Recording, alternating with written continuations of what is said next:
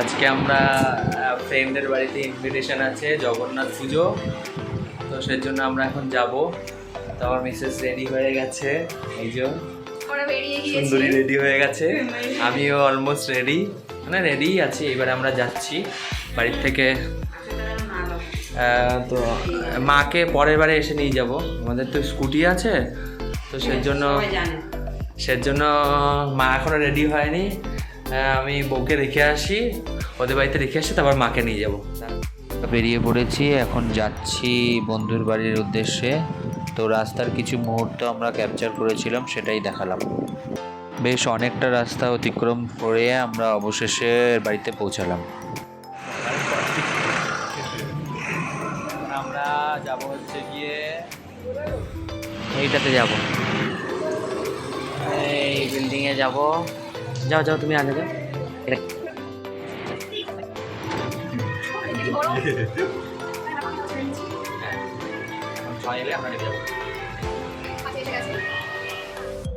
Finally lift থেকে নেমে আমরা ওর ঘরে প্রবেশ করছি। দেখো, আমার বোনও অলরেডি এখানে আছে। আমার বোন ঢুকেই আগে ওর বাড়িতে ঝাড়বাতি লাগানো আছে সুন্দর একটা, সেটা আগে দেখতে বললো। তো আমি একটু ঘুরে দেখাই। এটা হলো ব্যালকনি। তো কি হয়েছে দেখো।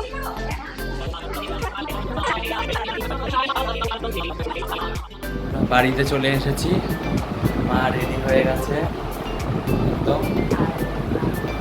এখন মাকে নিয়ে আবার যাবো।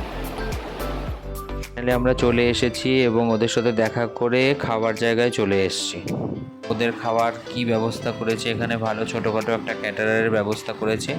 তো আমি সেগুলোকে ক্যাপচার করলাম। এখানে মা, বোনের বন্ধু, আমার মিসেস সবাই উপস্থিত আছে।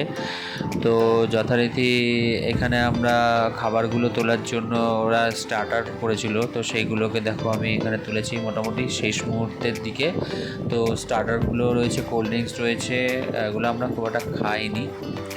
তো মেনুগুলোকে দেখানোর জন্য এখানে দেখো কচুরি করেছিল, চানা মশলা করেছিল, তারপরে এখানে পনির প্রসাদ করেছিল, স্যালাড ছিল, ফ্রাইড রাইস ছিল, আর ছিল তোমার এখানে আলুর দম দিয়ে একটা কিছু করা ছিল, আর সাথে ছিল ধোকার ডালনা। আর ফাইনালি এখানে চাটনি ছিল, পাঁপড় ছিল, সন্দেশ ছিল, আর রসগোল্লা ছিল, আর সর্বশেষে পাস। তো আমরা খাওয়া দাওয়ার পরে একটু ছাদে এলাম। ছাদে এসে বেশ কিছুটা ভিউ নিলাম, অপূর্ব ভিউ এখান থেকে, ছাদ থেকে। তো তোমরা দেখতেই পাচ্ছ পাশে এখানে দমদম, মানে খুব প্রাইম লোকেশানে ও ফ্ল্যাটটা নিয়েছে, খুব সুন্দর একটা লোকেশান। আর ছাদটাও খুব সুন্দর, হাওয়া দিচ্ছিলো হালকা হালকা, বর্ষার টাইম তো ওয়েদারটা একটু বাদেই চেঞ্জ হয়ে যাচ্ছিলো, একবার বৃষ্টি একবার রোদ। তো এর মধ্যে থেকেই আমি সবাইকেই ক্যাপচার করলাম এখানে দাঁড়িয়ে। তো ছাদটা বেশ কিছুক্ষণ থাকার পরে আসলে ভেতরে না ধুনুচি দিচ্ছিলো, তো ধুনুচির ধোয়াতে ভরে গেছিলো, সেজন্য আমরা একটু ছাদে এসে মানে কিছুটা সময় এখানে কাটালাম। এখানে সবাই ফটো তুলতে ব্যস্ত। আমার বোন তো দেখতেই পাচ্ছ পেছনে, ও খালি সেলফি নিতে আর রিলস বানাতেও ব্যস্ত আছে। তার মাঝখানে আমরাও একটু ফটো সেশন করে নিলাম। আমার বোন তো খালি ছবি তুলেই যাচ্ছে পেছনে, দেখতেই পাচ্ছ। হাত থেকে নিচে নেমে এসে পুজোর জায়গাটায় একটু বসে আমি একটু ছবি তুললাম জগন্নাথ দেবকে নিয়ে। তারপরে আমরা নিচে চলে এলাম। ফাইনালি আমরা চলে এলাম দাদা আর বৌমনির বাড়ির যে জগন্নাথ পুজো, আমাদের অনেক দিনের পরিচিত, আমাদের খুব স্নেহের দাদা এবং বৌমনি আমাদের খুব ভালোবাসেন, প্রত্যেক বছরই আমাকে আসার জন্য বলেন। এবছর আমরা দুজনে একসাথে দাদা আর বৌমনির বাড়িতে জগন্নাথ পুজোয় এলাম। খুবই ভালো লেগেছিলো। এখানে দেখতেই পাচ্ছ বৌমনি খুব ব্যস্ততার মধ্যে আছে, অত ব্যস্ততার মধ্যেও আমাদেরকে অ্যাটেন্ড করেছেন, তো এটা আমার খুবই ভালো লেগেছে। তো বৌমনি কথার মাঝখানে একটু আমাদের দেখে নিচ্ছে, দেখতেই পাচ্ছ বৌমনি কারোর সাথে কথা বলতে বলতে জানে আমি একটু ছোটোখাটো ব্লগ করি। তো এই হচ্ছে জগন্নাথ দেব, তো মাঝে একটু জগন্নাথ দেবকেও তুলে নিলাম, খুব সুন্দর ডেকোরেশন করা হয়েছে এখানটা। এবং এখানে দাঁড়িয়ে আমার মিসেস একটু ছবিও তুলে নিল। তারপরে আমরা চলে গেল বৌমনির বাড়িতে। বৌমনি সেজেগুজে নেমে এসেছেন, আবার বৌমনি উঠে যাচ্ছেন ওপরে আসছি বলে। তো তার মাঝে আমরা একটু ঘরের ভেতরটা ঘুরে, যেখানে প্রসাদ বিতরণ করছে এখানে এক ভাই আমার। তো এই কাজটা সবার করার সুযোগ হয়ে ওঠে না, এটা আমার ভাগ্য একটা সময় ছিল, আমিও এটা করতাম। তো এবারে যাই হোক, অন্য কোনো কাজের মধ্যে আমি চলে গেছিলাম, যার ফলে এটা আমি আর করতে পারিনি। তো আমারও খুব ভালো লাগে এইসব কাজগুলো করতে। তো এখানে রাজু ভাইয়ের সাথে একটু কথা বলে নিলাম। কথা বলার পরে বৌমনি আবার নেমে এসেছেন। তো বৌমনি দেখছি আমাদের দেখে খুবই খুশি হয়েছে, আমাদেরও খুব ভালো লেগেছে, এটা আমাদের সবথেকে বড় পাওয়া। তো বৌমনি এত কিছুর মাঝখানেও এটা মনে রেখেছেন যে আমি মিসেসকে নিয়ে গেছি, তো তাকে আবার একটা উপহারও দিয়েছেন, একটা শাড়ি উপহার করেছেন আমার মিসেসকে। তো এটার জন্য অসংখ্য ধন্যবাদ বৌমনিকে।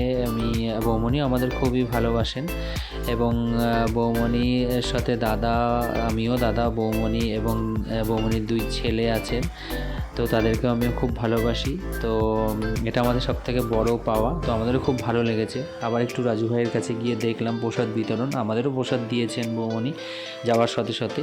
তারপরে চলে এলাম, দেখছি এখানে জগন্নাথ দেবকে নিয়ে যাওয়া হচ্ছে মানে রথে বসানোর জন্য। তো দেখুন বন্ধুরা কিভাবে রথে নিয়ে যাওয়ার জন্য নিয়ে যায়। তো এখানে দেখছি দাদা নিজেই আর কি জগন্নাথ দেবকে নিয়ে রথের জন্য নিয়ে যাচ্ছেন। তো এখানে একটা রেড কার্পেটও বিছানো হয়েছে, জগন্নাথ দেবকে কীভাবে নিয়ে যাচ্ছে। এই যে দাদা রেড পাঞ্জাবি পরে, উনি খুবই শ্রদ্ধেয় আমার কাছে। বৌমনি বেতনের ছাতা ধরে মানে জগন্নাথ দেবকে নিয়ে যাচ্ছে। এবং এই যে জগন্নাথ দেবকে কীর্তন দিয়ে ঢাকঢোল পিটিয়ে রথে তোলার জন্য নিয়ে যাচ্ছে, পরপর যে 3 জন আছেন ওনারা, সুভদ্রা, বলরাম, তাদেরকেও এই একইভাবে নিয়ে যাওয়া হয়। তো এখানে অনেক লোকের সমাগম দেখতেই পাচ্ছেন, এখানে হাই সিকিউরিটি। আর এখানে সবাইকেই ছাতা দিয়ে মানে রথের জন্য নিয়ে যাওয়া হচ্ছে, রথে বসানোর জন্য, এরকমভাবে দুলিয়ে দুলিয়ে। তো দেখে খুবই ভালো লাগলো, এর আগেও আমি দেখেছি, তো এইবারটা আরও বেশি ভালো লাগছে। তো এখানে গিয়ে আমি খুবই আনন্দিত হয়েছি। এটা সব হয়ে গেল যখন রেড কার্পেটটা জগন্নাথ দেবের জন্যই বিছানো হয়েছিল। তো অবশেষে ওনাদেরকে রথে বসানো হয়েছে, এখানে কীর্তনও হচ্ছে, আমার মিসেস দাঁড়িয়ে আছে এখানে। তো এখানে যখন রথে বসানোর জন্য হয়েছে, আমাদের ইচ্ছা ছিল যে রথটা টানবো, তো রথটা টানার হয়ে ওঠেনি, অনেকটা সন্ধে হয়ে গেছিলো, আমরা অনেক সকালবেলা বেরিয়েছিলাম, বৃষ্টির জন্য সব প্ল্যানটা কেটে দিয়েছে। এখানে আরও আগে আসার কথা ছিল, তো আসা হয়ে ওঠেনি। যাই হোক, ভগবান যেটুকু চেয়েছে সেটুকু হয়েছে, আমাদের খুবই ভালো লেগেছে। তো এখানের পরে আমরা এখান থেকে বেরিয়ে গিয়েছিলাম। তো এখানে সাজাতে অনেক সময় লাগবে বলে আমরা বেরিয়ে গিয়েছিলাম। এবার ওখান থেকে বেরিয়ে এসে দেখুন ভগবানের কি ইচ্ছা, ভগবান চাইলে সব কিছুই করাতে পারে, মন থেকে টান থাকতে হবে। তো আমার অনিতার খুব ইচ্ছা ছিল যে ও আর কি একটু রথটা টানবে। তো ওখানে তো টানা হলো না, তার কারণ ওখানে অনেকটা সময় লেগে যাবে। রাস্তা দিয়ে আস্তে আস্তে দেখছি রাস্তায় এখানে বিশাল বড় রথযাত্রা বেরিয়েছে। তো আমাদের দেখে খুবই ভালো লাগলো, আমরা একটু দাঁড়িয়ে এখানে রথযাত্রাটা উপভোগ করলাম, এবং রথের দড়িটাও টানলো, তার সাথে আমি একটু টেনে নিলাম। এটা আমাদের একটা সৌভাগ্য বলে মনে করি। তো এইটা রথটা টানার পরে আমরা খানিকক্ষণ এখানে দাঁড়িয়ে রথযাত্রাটা দেখলাম। দেখার পরে আমরা এখান থেকে রথযাত্রা দেখার পরে বাড়ির উদ্দেশ্যে রওনা দিলাম। এবারে বাড়িতে গিয়ে দেখছি যে ছোট ছোট খুদেরা রথ নিয়ে এসেছে। আসলে আমার ফ্রেন্ডের মিসেস এসেছিল, তার সাথে আরও অনেক বান্ধবীদের নিয়ে। তো ওর ইচ্ছা ছিল যে অনিকে দিয়ে রথটা টানাবে, সেই জন্য এসেছিলো আমাদের বাড়িতে। আমরা বাড়িতে ছিলাম না, আসলে জানতো না। তো যখন ও আমাদের ফোন করলো তখন আমরা বললাম দাঁড়াও আমরা আসছি। তো আমরা প্রায় এসে গেছিলাম, এসে ও অনিও একটু রথটা টেনে নিল বাচ্চাদের রথটা নিয়ে, এবং ও খুব আনন্দ পেলে, খুব ভালো হলো আমাদের রথের দিনটা। তো এখানে ও রথ টানার পরে আমিও একটু রথটা টেনে নিলাম। দেখতেই পাচ্ছি এটা আমার ফ্রেন্ডের মেয়ে, ওর রথটা আমি ধরে একটু টেনে নিলাম। ওর মামাও আছে, আমার ফ্রেন্ডের মামি শাশুড়ি এসেছে, এবং তার সাথে ওর আরও বান্ধবীরাও আছে। তো এখানটা মোটামুটি রথটা টেনে আমিও খুব আনন্দিত হয়েছি, খুব ভালো লাগলো। তো হলো জিনিয়া, আমার ফ্রেন্ডের মেয়ে। তো এই রথগুলোকে দেখে খুবই ভালো লাগছে, সাজানো এত পরিমাণে ফুল পাতা দিয়ে সাজিয়েছে।